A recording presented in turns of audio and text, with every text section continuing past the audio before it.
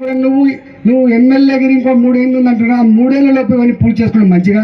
మళ్ళీ రాముడేవుడు అవకాశం ఇవ్వడం అని చెప్పి అనుకున్నాను. కాబట్టి ఇలా తప్పకుండా మా రైల్వే అధికారులు నిజంగా నేను కూడా ఇంత ఎక్స్పెక్ట్ చేయను. నేను రానుకుండా ఏం కలర్ పెడుతున్నావు, ఏం చేస్తున్నావు నాకు సంబంధం లేదు వాస్తవంగా. ఇదంతా ప్రతి పైసా కూడా రైల్వే డిపార్ట్మెంటే ఖర్చు పెట్టి చేస్తున్న ప్రోగ్రామ్ తప్ప నేను చేసిన ప్రోగ్రాం కాదు. మా వాళ్ళ పేర్లు మీ పేర్లు మంచిగా శిలాపాలక బ్రహ్మాండంగా ఉన్నాయి, అవి స్థిరస్థాయిగా ఉంటాయి.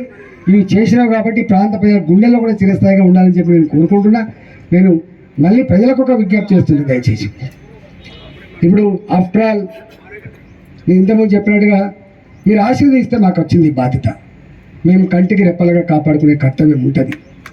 మంచి పని చేస్తే మళ్ళీ ఆశీర్వదిస్తానని ఆశ మాకు ఇంకొక ఆశ లేదు. కాబట్టి ఇక్కడ 20 ఏళ్ళ నుంచి ఉన్నా దీని రుణం తీసుకోవాలని అనడం కూడా నాకు ఎక్కువ ఉంటుంది. నేను 24/7 నేను సోషల్ మీడియా కనపడకపోవచ్చు, నేను ఫ్లెక్సీలో కనపడకపోవచ్చు, పోస్టుల మీద కనపడవచ్చు, కానీ ప్రజల సమస్యల్లో మాత్రం ఎల్లవేళలో ఉంటా అని చెప్పి ఆనాడు మాట ఇచ్చిన, ఇవాళ ఇస్తున్నా. నా కల్చర్ ఇవాళ రాజశేఖర రెడ్డి గారు కూడా నన్ను ఆదర్శంగా తీసుకుంటున్నంటే ఎక్కడో ఆయనని కనెక్ట్ అయినట్లు లెక్క. నేను గర్వపడతలేను, అంటే నాకు పెద్ద శత్రువులు లేరని. నాకు రాజకీయాల కంటే కూడా జెండాల కంటే కూడా రాజకీయాలు ఉండాలి, ఎవరి పార్టీ వాళ్ళు ఉంటాయి, రాజకీయాలు ఉంటాయి.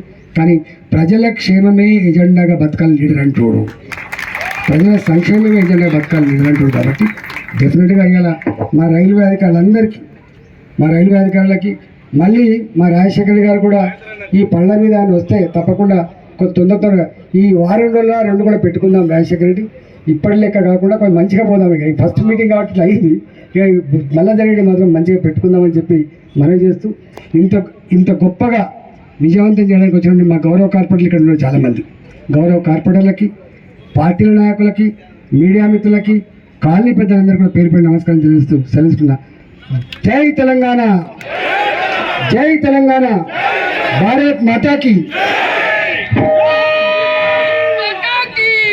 Thank you sir.